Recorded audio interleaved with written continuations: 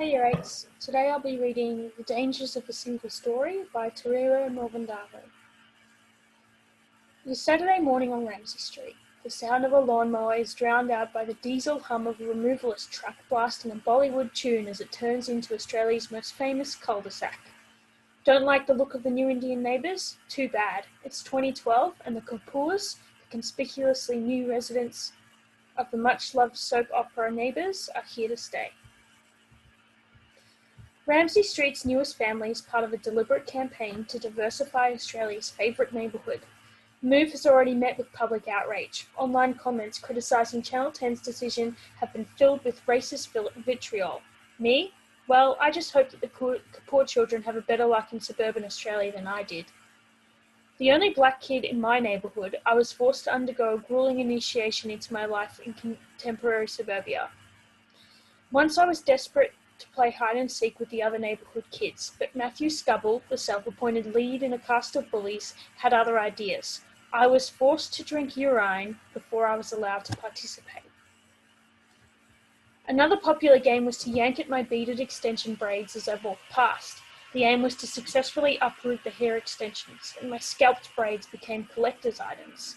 Scubble and his gang were oblivious to the tears streaming down my face. When I was around 10, The Fresh Prince of Bel-Air began screening. I was so grateful to see a young black face on television. Trying to emulate actor Will Smith's coolness and desperate to climb the social ladder, I attempted a schoolyard rap. Yo, my name is Tariro. I think I'm so cool. All the children in the block want to hear my new rule. If you want to play it funky, then you better play with me. I'm the best in the world, and you're going to get it free. Needless to say, I failed miserably. I also remember, with a great clarity, my first experience seeing a black woman on an Australian television series. With her shoulder-length frizzy curls and long, slender legs, Stephanie Matobo strongly strolled along the sandy beach of Home and Away Summer Bay in 1996. My 12-year-old self was startled and delighted at our resemblance. Stephanie was like me, a young refugee from Somalia. She had smuggled her way into Summer Bay in the hopes of being looked after by a resident who had earlier served as a peacekeeper in her war-torn homeland. Local teenagers Liam Tanner and Casey Mitchell quickly took her under their wing, and Stephanie and Liam became a couple.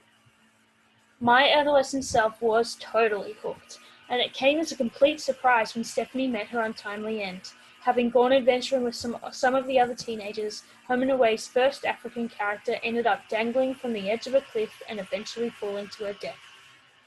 Life is like that in Summer Bay. The buff, blonde men surf the big waves, the skinny, bronze chicks stroll the beach in string bikinis, and the black refugees plummet to their deaths.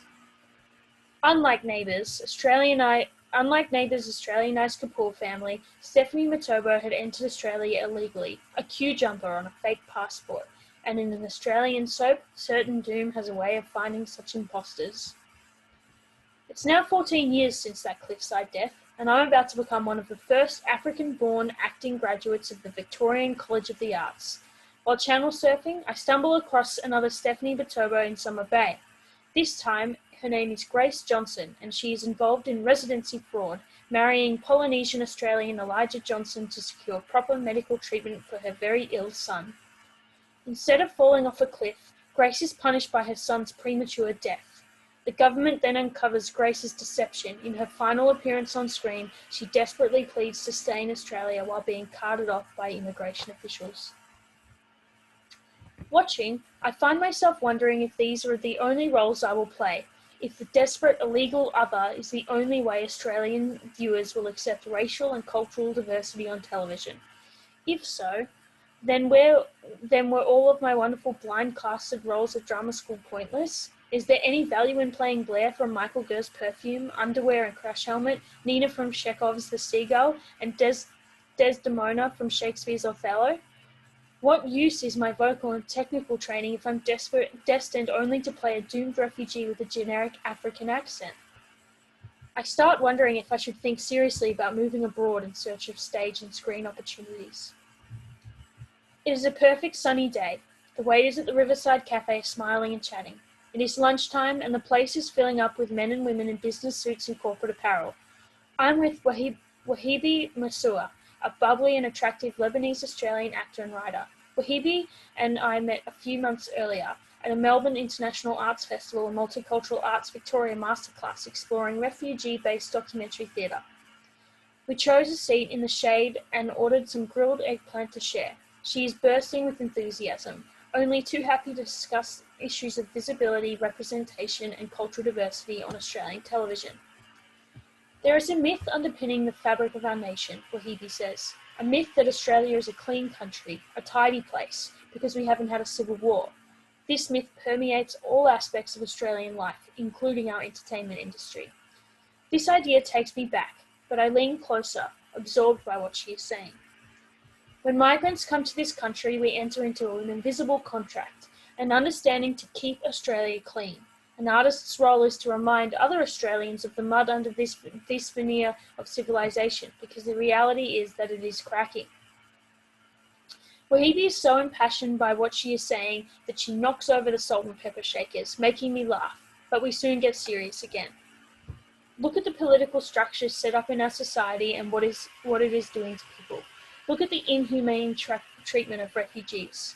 Look at the fact that whenever public debates about Indigenous Australians gets real, people go blind and bury their heads. A truck pulls up nearby and drowns out our conversation. Wahibi apologises for the noise and then continues. As artists, we cannot, indeed we must not, take it for granted that Australians are unaware of their own political climate, because we run the risk of hitting people over the head with material. This is harmful to our growth as a nation. As she says this, I can't help but picture scenes from well-intentioned fringe theatre works I've both attended and participated in. Several months ago, I and two other African Australian women stood at the top of the steep stairs dividing the auditorium at Federation Square's BMW Edge, now Deakin Edge. Descending towards the stage slowly and mournfully, we sang the old Negro spiritual, Sometimes I Feel Like a Motherless Child. The three of us are members of Still Waters, a storytelling group for women of African descent, and we were performing a short musical choral poem as part of a multicultural dialogue at the annual Delight in Winter Festival. One young black woman in each aisle, we moved slowly towards a seated panel, each person representing a different part of the world, but collectively symbolising the Australian multicultural story. When we reached the stage and turned to face the audience, I was disappointed to see no more than 30 people sparsely populating the 200 or so seats. Our role is to show the citizens of our nation ways to go beyond the parameters we have collectively set ourselves. We need to let ourselves be burnt in order to grow from our infancy as a nation. Wahibi's voice cuts through my thoughts. The glaring stage lights of BMW Edge flicker, and I am brought back to our discussion in the cafe. The phrase, we need to let ourselves be burnt in order to grow, keeps ringing in my ears as I return home from the interview. I plonk myself tiredly on the couch on the lounge and absent-mindedly switch on the television. The SBS tagline, 6 billion stories and counting glows. On screen, vibrant psychedelic patterns morph in and out around each other. African children are singing in a familiar vernacular over African drumming. A received pronunciation English voice rides over the other sounds, informing viewers about Tumtaka, a village in Africa. 6 billion stories and counting. I think about the experience of Stephanie Matobo and Grace Johnson I think about how the experiences of Stephanie Matobo and Grace Johnson don't reflect my story. I think about how none of the billions of stories told on SBS seem to mirror the story of African skilled migrants. My father was the head of the Zimbabwe Polytech, one of the country's largest and oldest colleges. After the White Australia policy, as part of a drive to recruit skilled migrants from across the Commonwealth, my father was offered an academic position in Monash University School of Business and Marketing. He accepted the post, and 2 years later, the rest of my family, my mother, my older brother, my two younger sisters and I followed his journey to the land down under. The destination? Frankston. It was a difficult move. We had belonged to the higher echelon of Zimbabwe society, and we lost our life of affluence. Gardeners, cooks, housekeepers, and nannies. We arrived in the neighbourhood streets of Frankston with next to nothing. I remember faintly the day we woke up early and left our big house in Muradira, a city about 72 kilometres east of Harare. Even at the age of 5, I remember feeling with absolute certainty that something very big was happening. Something very big did indeed happen. I grew up with dual identities. Visually, I am African, but culturally, I am a hybrid. Vegemite is my favourite spread, Ugg boots and flannelette shirts among my most worn apparel.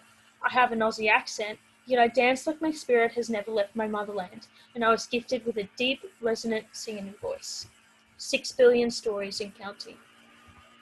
I want to see African Australians like me in Australian television shows, a female surfing champion in Summer Bay, or a teenager over the Ramsay Street fence, ordinary neighbours who just happen to be black.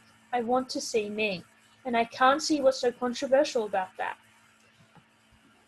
Out of the relative whitewashing of the Australian story, there are occasionally leaps from colour. SBS's Kick It is set in the Melbourne suburb of Brunswick and follows the lives of multicultural neighbourhoods that includes Lebanese Australian, Greek Australian, Anglo-Australian, Serbian Australian and Vietnamese Australian families. The ABC's highly acclaimed 8-part miniseries The Slap, an adaptation of Christos Soulakis' novel of the same name, is small screen diversity at its best, showing Greek Australians, Asian Australians, and Australians of colour coexisting in the inner city suburbs as a matter of fact rather than a political statement.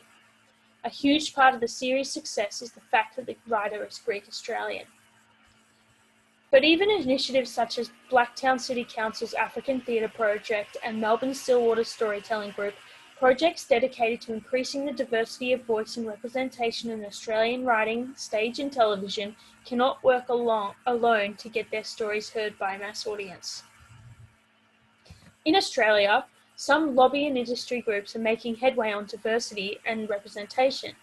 In 2012, Actors Equity secured agreement from the Screen Protectors Association of Australia and Live Performance Australia to attach a colourblind casting policy to their contracts with directors and casting consultants.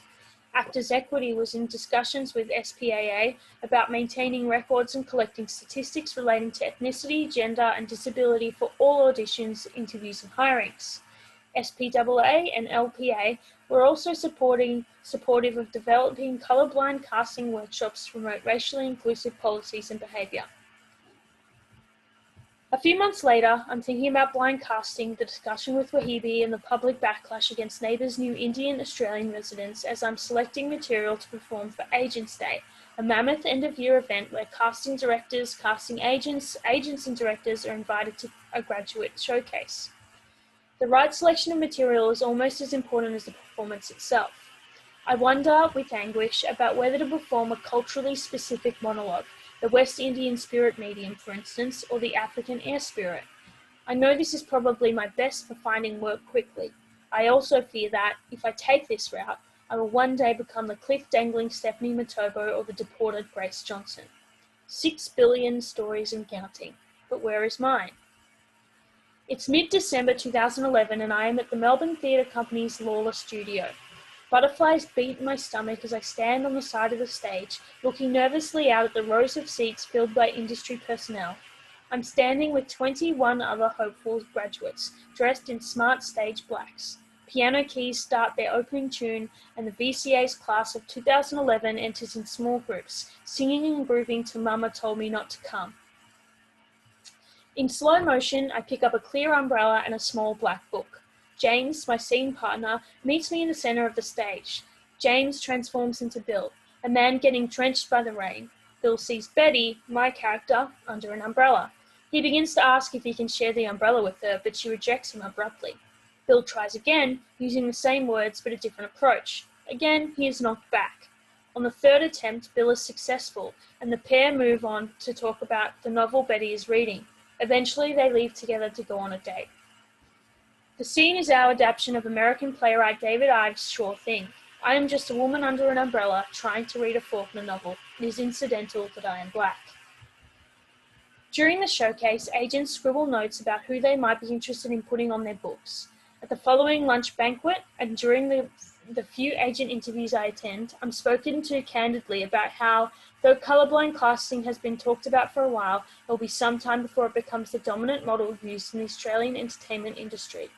It's refreshing to hear from one agency that they specifically put forward actors that directors wouldn't normally have in mind to challenge the status quo and to ensure those from culturally diverse backgrounds have the same opportunities as Anglo actors. A few weeks later, exhausted from the stress that comes after Agents Day, I turn on my computer and discover an email from Bell Shakespeare inviting me to audition for the lead female role in Molière's The School for Wives. The play is being directed by Lee Lewis as part of the company's 2012 program. I'm ecstatic, washed over with bliss. I'm an Australian actor about to audition for the lead role with one of Australia's premier ensembles, and I just happen to be African Australian. I immediately read through the suggested audition scene and check the library's webpage to see if the book is available. I later find out that 3 other VCA actors have been offered an audition for the role. There are stark differences in appearance between the 4 of us, and I hope in my heart of hearts that this is indeed indicative of blind casting at its best. Weeks later, the audition is held in the rehearsal room of the Melbourne Theatre Company. I note again, with both hope and surprise, that the actor auditioning immediately before me has dark hair and an olive complexion. The actor comes out of her audition, gives me a genuine smile and wishes me the best of luck. I begin repeating quietly to myself my personal mantra. How strong is your vision? Do you fear? Dare to take the risk.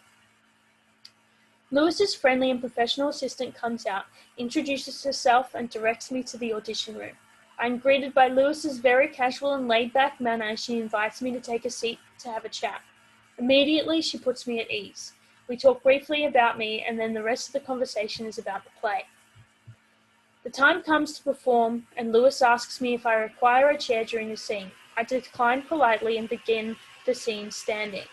The audition goes well, but only time will tell whether Bell Shakespeare is ready to put a blind cast African Australian in a production. I start my journey into the Australian acting industry open-eyed and wary, but also enthusiastic and hopeful. It is Saturday morning on Ramsay Street. The sound of gates shutting in white picket fences combined with the chaotic jingle of front doors being locked frantically. African children sing in the familiar vernacular over African drumming. 2 young black girls sit on a front porch, taking turns to thread beads onto each other's braids as they wait for the removalist van to arrive with their family's belongings. Don't like the look of the new African neighbours? Too bad. It's 2019, and the Deng family, the conspicuous new residents of Ramsay Street, are here to stay. And that's the end of the story.